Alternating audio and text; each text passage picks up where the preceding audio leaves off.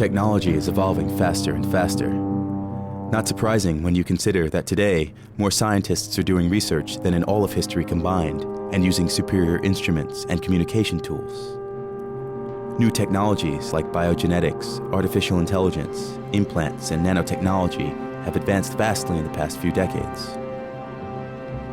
These various technologies seem now to be converging towards one goal: to overcome human limits and to create new, higher forms of life, to create something transhuman.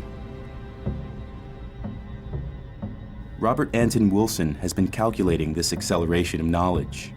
He calls it the jumping Jesus phenomenon. The jumping Jesus phenomenon is my name for the acceleration of information throughout history. I first heard of that from Alfred Korzybski, a Polish mathematician who invented a scientific discipline called general semantics. And Korzybski noted that information was doubling faster and faster every generation. And he said we got to be prepared for more and more change. We got to train ourselves to be less dogmatic and more flexible so we can deal with change. He took the unit at 1 AD as his basic unit to calculate how long it took for the information available to human beings to double, and it took 1,500 years, which brought us up to the time when Leonardo da Vinci was in his 40s and the Renaissance was at its height. I decided to call this unit a Jesus. So in 1 AD we had one Jesus, in 1500 we had two Jesus. The next doubling only took 250 years. You can see the acceleration factor. And by 1750 we had four Jesus. The next doubling took 150 years, and by 1900 we had 8 Jesus. The next doubling only took 50 years, and by 1950 we had 16 Jesus. By 1960, in only 10 years, we had 32 Jesus. By 1967 we had 64 Jesus. And by 1973, 128 Jesus. And the latest estimate I've seen by Dr. Jacques Vallée, a computer scientist, is that knowledge is doubling every year. But I heard that, about 5-6 years ago. I saw something on the net recently. Somebody estimated it's doubling about twice a year now. Obviously, if we're experiencing more change now in a year than we previously experienced in 1,000 years, we can propagate that trend into the future and see that a day will come when we will experience more change in an hour than we have experienced in the past 20, 30,000 years. A situation like that is unimaginable, so we call it a singularity, a place where the normal rules of modeling break down. Modern religions have anticipated the singularity by calling it the eschaton, or the end of time. Technological communities have anticipated the singularity by thinking in terms of artificial intelligences or something like that. In whatever form it takes, we seem to be on the cusp of a dramatic evolutionary leap into a deeper order of complexity than biology or biology plus culture has been able to provide. We're on the brink of something truly awesome and unknown. The world ends tomorrow! Not on next day, not any other day. It says the world ends tomorrow! And you wake up. I want you to know. A future where knowledge evolves at infinite speed. It is clear that no regular human being will be able to keep up with this acceleration. This is the year. Are you ready? Are you ready for the midnight crash? There's no way you can go to heaven if you're not following the right one. Some futurologists anticipate that species of higher intelligence will at one point take over further progress. Only but a few days left for you so-called white people. Jesus. Only Jesus. I am talking about Jesus. These might be artificial intelligences, genetically upgraded humans, or a combination of both. So yes, we're living in the last days. It's tomorrow and you may die. Most calculations anticipate this moment to be between 2035 and 2045, so it is not a far-off science fiction scenario. You got a sad day coming from How can we deal with such a future? It's going to be the worst day of your life. Today, this day, today. Are you guys only worshiping Jesus or like God and everything? It's like you're just saying that only Jesus can fill that place, and I'm saying that to every person there's an intricate God, Savior. God the Father, you know what I'm Son, saying? It doesn't have to be just Jesus. How do we prepare for such a technocalypse? The Singularity I put in 2045. At that point, the non-biological intelligence that we create that year will be about 1 billion times greater than all biological human intelligence. There are a growing number, maybe a few hundred people, who are seeing the writing on the wall that these technologies are coming this century.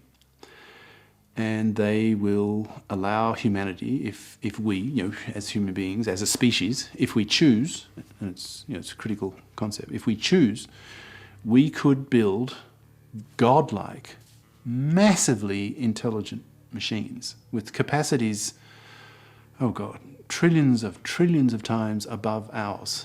I mean, they may reach a certain level of artificial intelligence where they themselves then start redesigning themselves, right? The singularity, that idea, when a certain level, a threshold level of intelligence is reached, and then it's no longer human beings who design the next generation. They do it, and they're doing it at the speed of light, electronically. So, up goes the AIQ very fast, and we just lose control. We just sit back and watch what happens, and they're the boss. Well, for a long time I've been trying to understand why there is not more resistance to various technological agendas. The computer is an instrument that enables humans to be much more powerful than they ought to be. And so anything coming from the computer revolution I will regard as dangerous, ultimately dangerous. In fact, I would say that within the next 20 to 30 years, we will see the catastrophe. One of the things about technological development, there's never a moment that we can, as I say, stop and evaluate, because everybody's saying, oh, wait, it's going to get better, it's going to get better. Oh, yes, there are problems now, there are bugs now, but we will solve them. And so there's an infinite deferring of evaluations and decisions, okay? And that's irrational. You ain't got much time left, because Christ said if you don't cut the time short, there'll be no flesh left to inherit the earth. You known as the mad scientist. The accelerating pace of innovation is not only destabilizing, but throws everyone really reeling on the defensive, okay? Well, we call it stress. People are dropping like flies, okay? Part of it is just the anxiety. Is this the way we want to live? Why not slow things down? What's the hurry? I'm not interested in a future where there are post-human beings if I'm not one of them. I want to be there. It's very important to me that I live and thrive in the future, not just to think about some robots taking off into space. I want to be there. They could take advantage of intelligence theory and wire up their circuitry in a way that make them Einstein plus, right? So they could be incredibly smart. They would be like gods to us.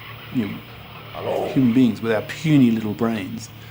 There are two things that are infinite: the universe and human stupidity.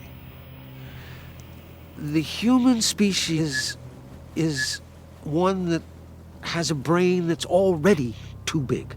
And now we have in the computer something that extends the power of that brain almost limitlessly. The machines are not the problem. It's the monkeys behind the machines that need to be addressed. We're all stupid. We don't think very well. We can't remember more than about 7 numbers in a row before our brain gives up. We have very bad short-term memories. We can't think of long chains of reasoning without forgetting where we started. That's all design defects as far as I'm concerned. So is that an enhancement to improve that, or is it repairing a defect? It doesn't really matter. We should be using technology to make ourselves better.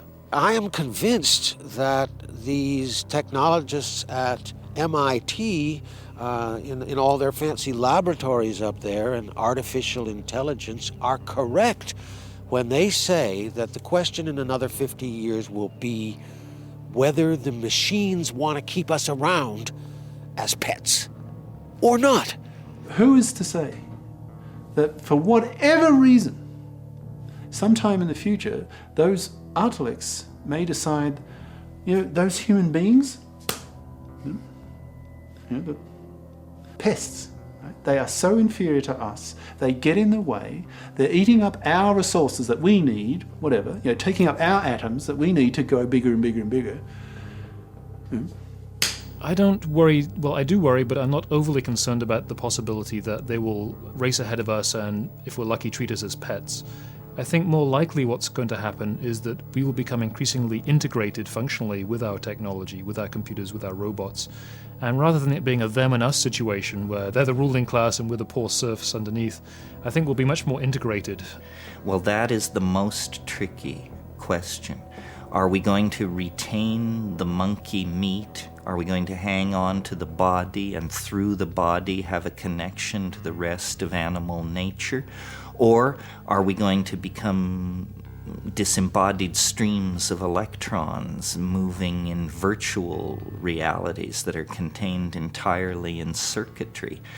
I think this will probably go both ways. There will be fundamentalists who want nothing to do with technological transformation, and there will be utopians who won't be able to get enough of it. This is probably the moral frontier where we each personally must make a stand. How much of the new technology and its reality redefining qualities do we want to take into our own lives?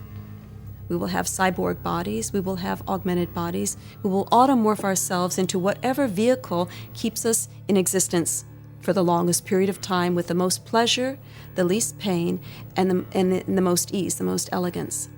Everything that you need, everything. Spiritually, emotionally, financially. The post-biological folks will say, well, you people have a primitive atavistic attachment to the species. Let it go. Let it go. Come with us. We're the bold ones, okay? We'll move on to that's really scary stuff to me. Really scary. A great number of people who I refer to as biological fundamentalists have a great fear of moving outside their biology, moving into other bodies, other forms for transport. These people have a lot of commitment, a lot of mythology, a lot of tradition and history attached to their bodies, our sacred bodies, the house of our soul. I mean, I can imagine myself being a moderately modified cyborg. I mean, it'd nice to have my arteries cleaned out, and I'd like to have better memory capacity, and I'd like to be able to learn Chinese in 2 seconds just by going, right? That would be great. But that to me is small beer. That's nothing in comparison to what these godlike, I deliberately use that word, godlike, Artalics could be. Well, it's a philosophical issue as to whether this is still human. In my mind, it's definitely going beyond biology, but I don't define human as just biological. I mean, we're already taking steps beyond biology. There's not a single organ in the human body, including regions of the brain, where we are not already creating substitutes or extensions or augmentations.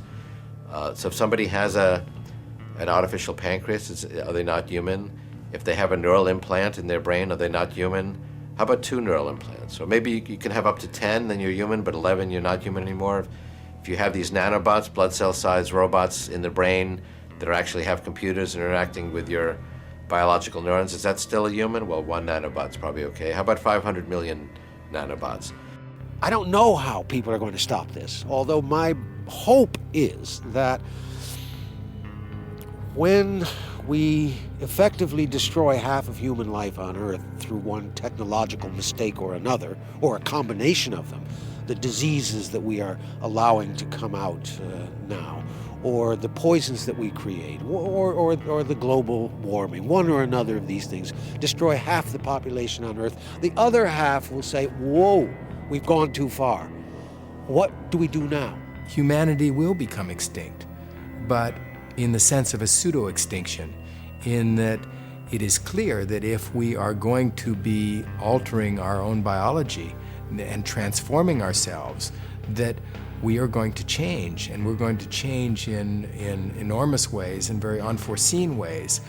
And that means that Homo sapiens, as we know it now, will cease to exist. But that's got to be a form of madness. It's got to be a form of techno-blindness to want the end of the human species, to transform it into a mechanical species. It's a kind of species side, you know, the destruction of a species, against a kind of, I use the word deicide, a god killing. If you choose not to build these artefacts, in a sense you're removing the possibility of creating gods. It's a kind of potential death of God, if you like. Now, which is worse? This is suicide. This is ecocide. I think it has begun to sink in, and there are many that would say, stop, we've got to draw a line there. But it can't be stopped, because this is a whole broad front that is moving forward. It's genetics is one aspect of it, computers are another aspect of it, communications are another aspect of it. Everything is changing about life, and it's changing increasingly rapidly. Should we stop it? Should we sort of say, okay, AIQ, artificial intelligence quotient, at this level, we're going to legislate, perhaps even globally. That's the cutoff point. No robot, no artificial intelligence, no artellect, if you like, is allowed by law, by human law, to go beyond that. Do you think that's going to happen? I don't think that's going to happen at all. It's Mr. Technology. He's saying what? Who can bring me down? There is no human, there is no social, there is no governmental control over what these technologies are doing and will do. How are you going to stop trillions of dollars industry in building these godlike machines? You know, the robot industry, like the future Microsofts and Intels and so on in the 2030s, 2040s, I believe will be artificial brain-based and just enormous. There may be enormous political rivalries for the dominant country between China and the US. Now, if that's the case, the development of this artificial intelligence will just keep growing. Even if it goes secret, even if the general population start to really rebel against it, as they get really upset. They are dirty. Try and this far. God always be. Always. Happy. But I think the major reason why it's not going to stop is about half of the population will be ideologically in favor of it going on.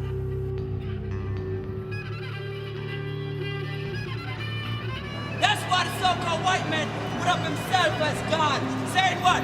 If there has to be a God, I am. We are going to become gods.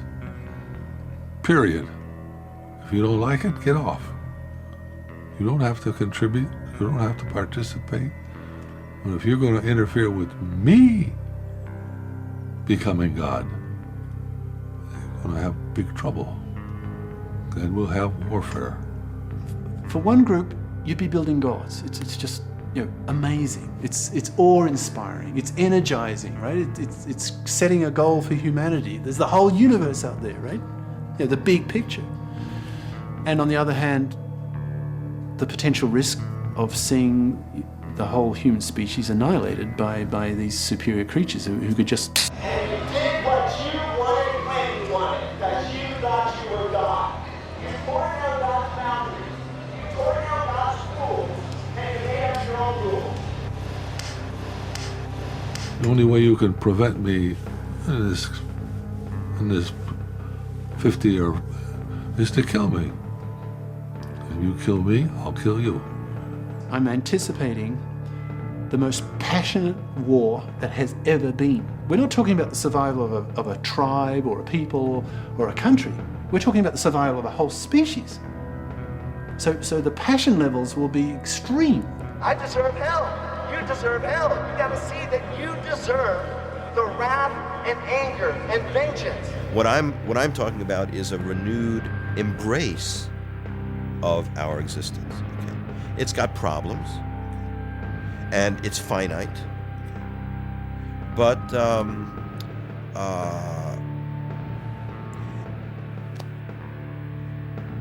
I'm not driven to flight from it. We have to learn humility, species humility. The more I think about that versus that, the more magnificent that becomes, because its potential is just so much greater. Billions of people get wiped out on the cosmic scale as a cosmos, right? If you try to think in those, that's nothing compared to that. But if you can't see that, this is absolutely monstrous. Jesus don't even want to talk to them. Probably most people can anticipate horror. It's fairly simple concept to understand. You know, people getting killed, people get run over by cars all the time. But you just multiply that by a billion, right? That's relatively easy to understand. That is much harder. It's very exciting because something will happen. Without that, nothing will happen, and maybe we'll have a civilization that lasts for 1 million years and does the same thing every day. And then when the sun gets too hot or too cold, it goes away. So I don't see the point. I don't see the value of anything that doesn't change. You're saying in X number of thousands of years, the sun is going to explode, and so we have to prepare for it now. Okay. And I say, well, okay, that's interesting, but how about preparing for the essentially toxic shock of our planet today? Or if you walk around, you see a lot of people with no housing, no place to live, not enough food. So the explosion of the sun can wait. Only a fool is gonna pollute the water that his own damn kids have to drink. Only a fool is gonna what? It's gonna pollute the air that he have to breathe. This is a moment in time where for the first time we can truly imagine feeding everyone. I mean, this is something new without precedence. We are able to have more humans. We are able to fight against diseases, childhood diseases, so that there can be more people and they can live longer. And isn't this wonderful? Well, no. Of course it's not wonderful. That's exactly the problem. There are too many people and they're living too long and they're using up the resources of the earth for the human species. One species out of 1 billion species is using up all of the resources for its own material betterment.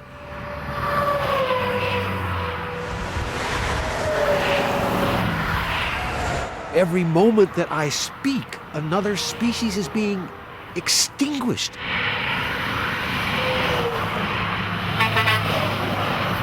We are moving into the unknown, and we see lots of possibilities for catastrophe. And the immediate reaction is, well, we should stop development in some way. And yet we can't. We're on this, this raceway. We can't stop it, because if we try to stop it, it will be completely unsustainable. The human population has risen to a magnitude that could not be sustained without technology.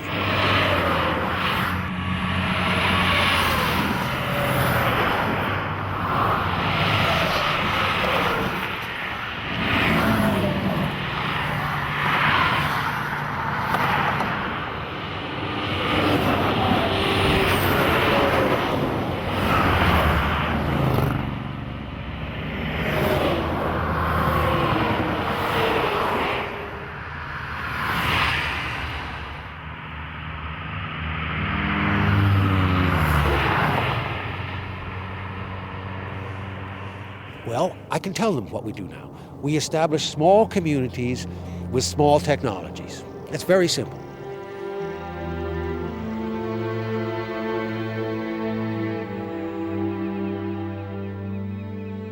Just as we have today the Amish, who want to stabilize their culture at a late 19th century level of technology, I can imagine a group, I like to call them the humanish, who might want to stay merely human and say, we'll keep our internet connections, but let's not have any brain plugs, let's not upgrade our intelligence, let's just keep things as they are today. That's enough. And if they want to do that, fine, I think they should be quite able to do that.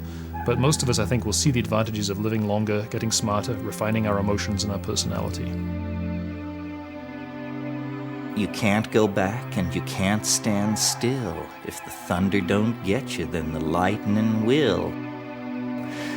We've been traveling this technological path for 15,000 years. It's a little late to now rear up and try and turn in a new direction. Our hands, our minds were made for the manipulation of matter and the creation of technology. So I embrace it. I think the future is marvelously exciting and bright. We have all these devices.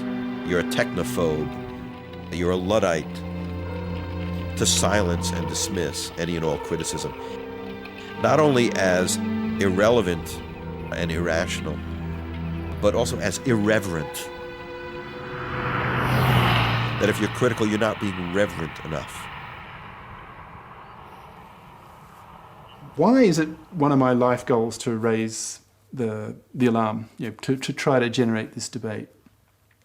And I don't know if it's a simple answer, but one answer is because I'm so ambivalent. See, if I were 100% cosmist, I would just quietly do my work and not say anything. I just do it, right? Because I want the technology to be there, and the faster it's there, less climbing time, right? So more likely that these outlets would be built quietly, and then suddenly, fait accompli, they're just there, right? So yes, we're living in the last days. So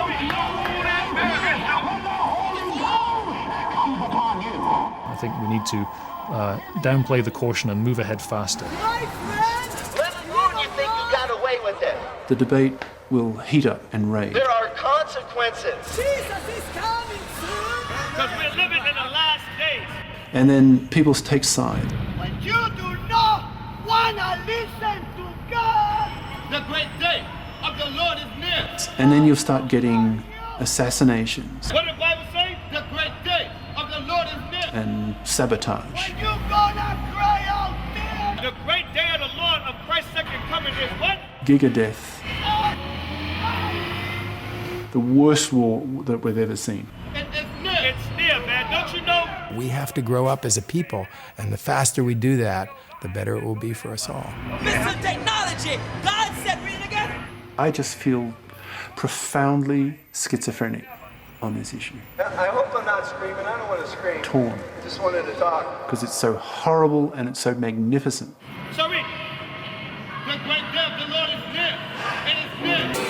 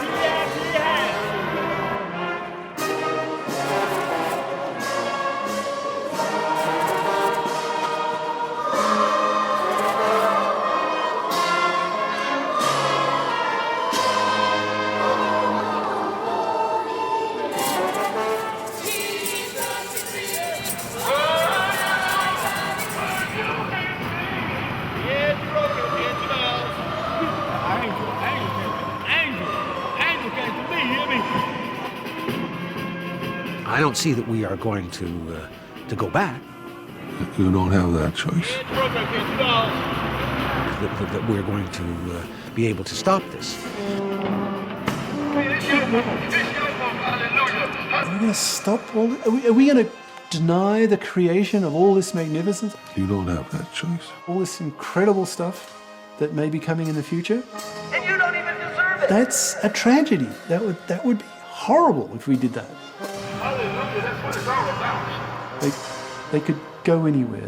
They would be immortal. They would be immortal. You will be joyful. You get to live with God forever and ever and ever and ever and ever. It's good. It's very curious. That is, we're not able to be rational about this presumably most rational of activities. If nature is holy, anti-nature technology must be the devil. Got it though.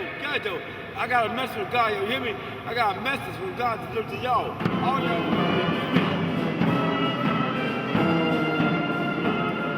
Now the most pressing issue is aging and death, and human stupidity, which makes it so hard to solve problems.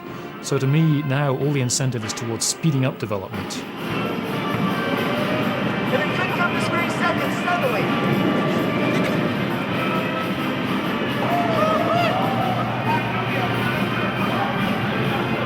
The record is clear, the historical record, that human beings are not capable of safely and reliably using that technology. The potential for mischief is enormous, okay? And unless human beings somehow reinvent themselves. Look, I think the solution for us today is the same as it was for the Luddites. And the Luddites took a hammer like this, a big 10-pound hammer, and they smashed the machines that bothered them. And this is a machine, I think, that bothers me and bothers our life and will destroy our life. Here's what we should do. And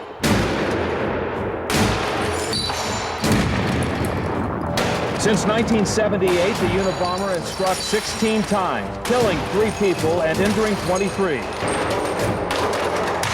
This may be what he looks like. Sir, are you the Unabomber? Sir, are you the Unabomber? Do you have anything to say at all? It's your chance to make a statement, sir. Theodore Kaczynski was the Unabomber. He was a brilliant mathematician, an assistant professor at the University of California. After 2 years, he resigned without any explanation and went to live in a small cabin in the woods. There, he proceeded to form his personal terrorist group, send letter bombs to scientists and propagators of technology, and become U.S. public enemy number 1, the Bin Laden of the 80s and 90s. In his manifesto, published by some major newspapers, he fulminates against modern society. He says that the proponents of modern technology are naive in their optimism. If scientists succeed in making intelligent machines, he says, the fate of the human race will be at the mercy of the machines. Kaczynski maintains that the bad and good aspects of the industrial technological society cannot be separated. Therefore, he declared revolution on modern society. The destruction of the system must be the revolutionary's only goal. The factories should be destroyed, technical books burned. The alternative proposed by Kaczynski is going back to nature. He calls it wild nature, because he understands that this also means giving up social justice, modern healthcare, and welfare. I'm convinced that what the Unabomber was saying, a lot of people think. He took it another step further, and as he says in the manifesto, in order to be heard, I had to kill people, okay, or we, because the manifesto was written as if it were a group. We had to kill people. Well, that's a horrible thought, but it's also true. How do we create the space and the attention to these issues? Okay, Kaczynski did it by killing people. Well, maybe there are better ways of doing that. Okay, I don't know. What can we expect in the coming decades? The prospects of technology appeal to people's deepest fears as well as to their highest hopes. A rational debate about the future seems no longer possible. In fact, such discussion, by definition, is beyond our human capacities. Aren't we still too human to be prepared for becoming transhuman? It is an enormous privilege to be alive right now and to be a part of this movement. And it's a very difficult time. I don't deny that at all. I look at it more as a birth pain, that here is this change that's occurring and we're coming down the birth canal and there's blood around and it's a difficult process, but it's a birth that is occurring. It's not a death. And I think that when future humans look back on this era from several hundred years in the future, they will not remember this time as one when we squandered the resources of the planet, when we destroyed our planet, essentially. They'll look at this as an extraordinary moment in time when we developed the basic technologies, the basis for their societies.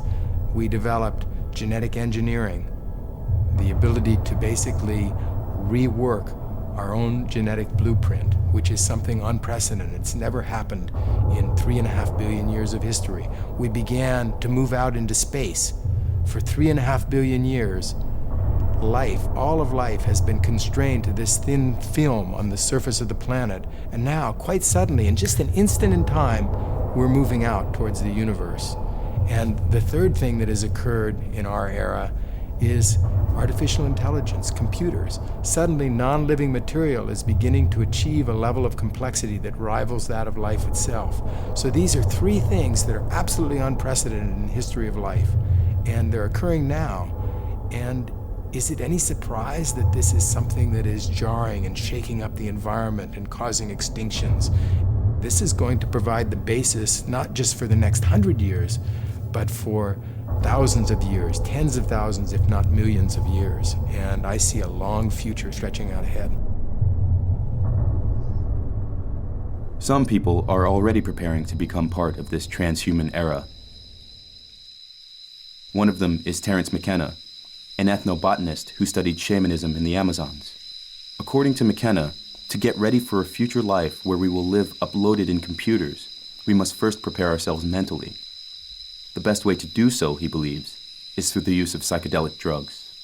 In a sense, this historical crisis, or this singularity that we're approaching, is like a transition from a low-dimensional world, say a world of 2 or 3 dimensions, to a world of 4, 5, or 6 dimensions. This is what I believe actually happens to a human brain-mind system under the influence of psychedelics. So in a way, the best practice for the approaching singularity is the repeated dissolving and reconstituting of one's personality through the use of psychedelic substances. This is one of the most interesting new psychedelics in the world.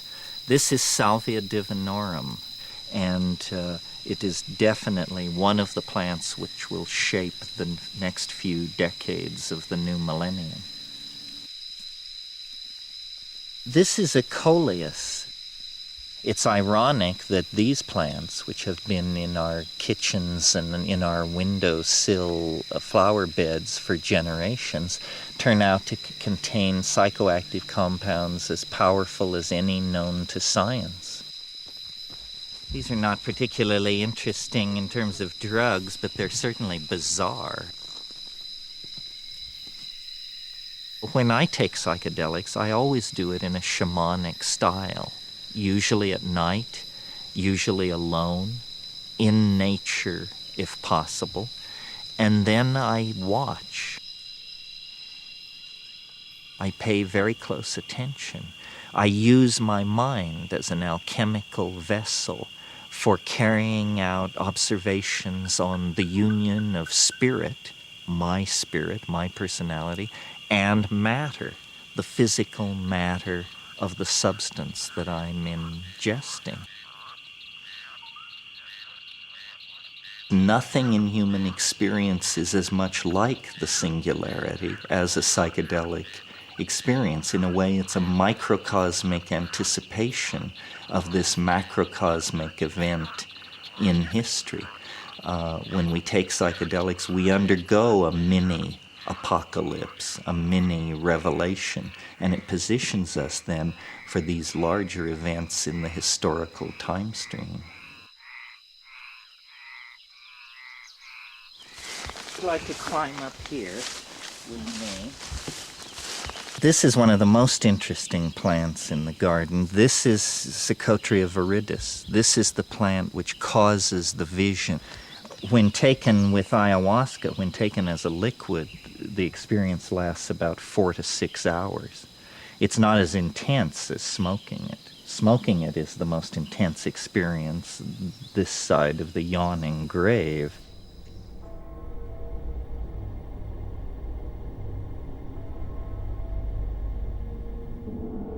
When you can see the future, it is a very difficult thing to deal with the idea that we are, in fact, one of the last generations that will live a normal human lifespan. And there's a tendency for us, therefore, to want these things to occur more rapidly than they may actually occur. This is the number one intellectual challenge, namely, you get to rejuvenate yourself. Now, how much is that worth? That's worth a great deal of money. As a matter of fact, when you get people my age, it's worth all the money that they have. I don't think people live long enough right now. It takes 50 years to understand modern mathematics. We're into life extension. Bottom line, we don't want to die. It's not a question of will we, it's a question of when will we have in our hands the interventions at the molecular level, at the genetic level, that will truly extend the human lifespan, perhaps hundreds of years into the future. The only thing that you have to do is stay alive. That is all you have to do. I'm not sure what methods are actually going to work, but if you and I are going to live until those methods become available, we had better do everything that we can to protect ourselves by making sure that we have a healthy lifestyle. And that includes eating the proper foods, taking your vitamins and mineral supplements, and it includes exercise.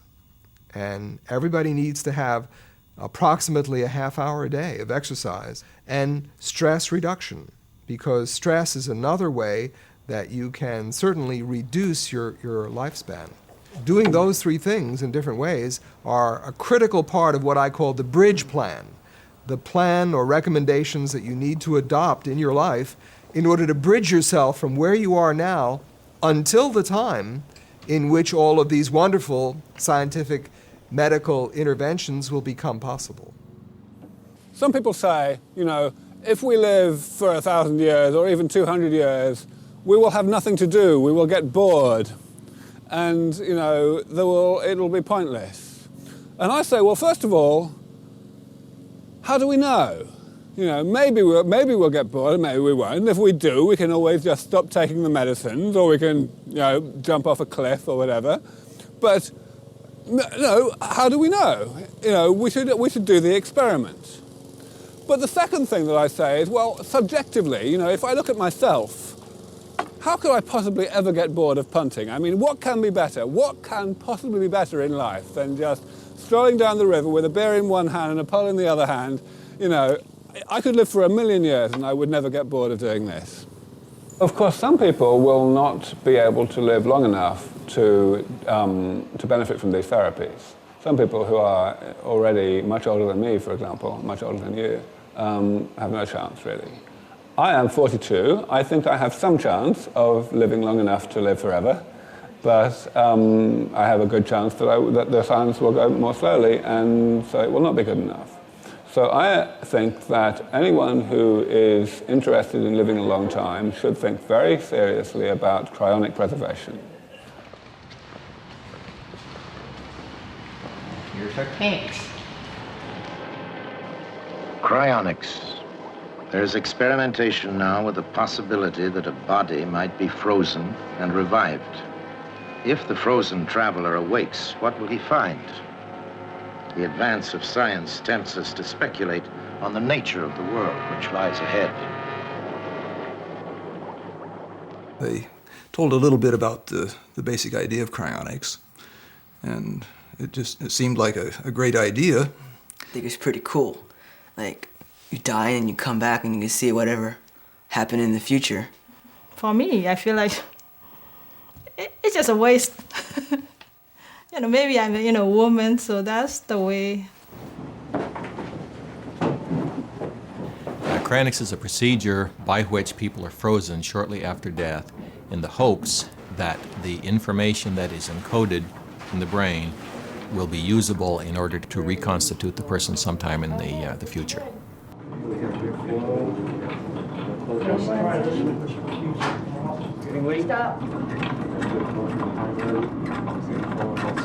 Some people currently only have their head suspended. It's a cheaper process. It takes less nitrogen boil off to maintain such a thing. But there could be some arguments that they're losing some part of what they are. It is their belief that future science will be able to develop maybe a new body or an android or something. More and more people only go for the head. Not just because it's cheaper, the process is also easier to control. However, how to recover your body afterwards still remains an open question. But there are many examples in nature to make it seem possible. Some animals, like lizards, have the ability to regenerate a limb after it is lost. But in humans also, when a reasonably small part of the liver is cut off, it can grow back. Or when children, before puberty, lose a part of their finger, the finger can grow back to normal if treated well. This indicates that this kind of regeneration is not impossible. It's not impossible because it's being done by nature right now. So if we can simply find those secrets, the secret of the salamander, and be able to find how the salamander regenerates, then we may be able to apply the same kinds of amphibian techniques to human beings. Other possibilities. We may have vastly improved bodies. They may be made of metal. They may be much different than the bodies that you're looking at right here. And however, the mind would be the same. And with this mind in a metal body, I might be able to walk around on some of the heavy planets, on Uranus, for example, or on Jupiter. So that is a possibility that's suggested. Another possibility is simply living inside a computer, to where we're living in a virtual world, a virtual reality. And if that's the case, there's certainly no problem with space. We'd be able to cram the entire human race into that computer over there. Anyone making this trip knows that it may be a trip that goes on forever. Anyone making this trip knows that it may be the fact that every single person in suspension, including this dear lady, may never be revived. It's a crapshoot, but we're the only game in town. Ready? Yeah. Okay, fine.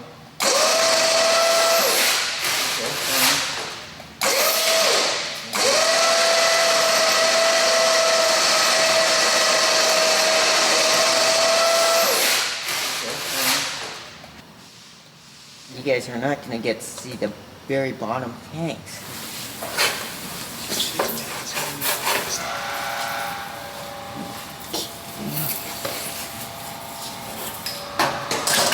Nah, it's the biological. I think that's the biological. I can tell by the weight.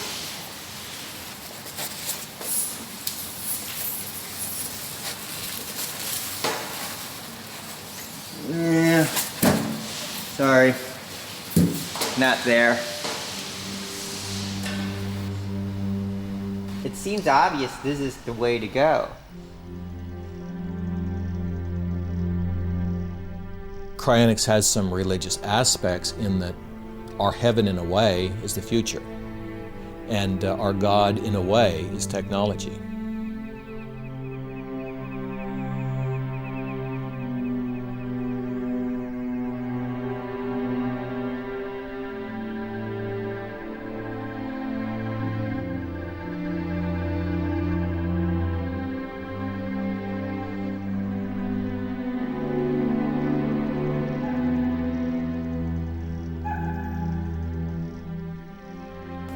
One of our associates suggests a program where you send a bunch of volunteers into the rainforest. And the volunteers are not trained people. They cannot tell an endangered plant or animal from anything else. But what they do is they do grab bag fashion. They have shovels and they grab some of this, and they see a plant over here, they grab that, and they get all this kind of stuff. And 99.9% of this is going to be junk, but 1% may be very valuable. It may be a plant or an animal from the rainforest or some other environment which has previously not been discovered and which will be wiped out unless it's saved right now and saved in the best way that we can.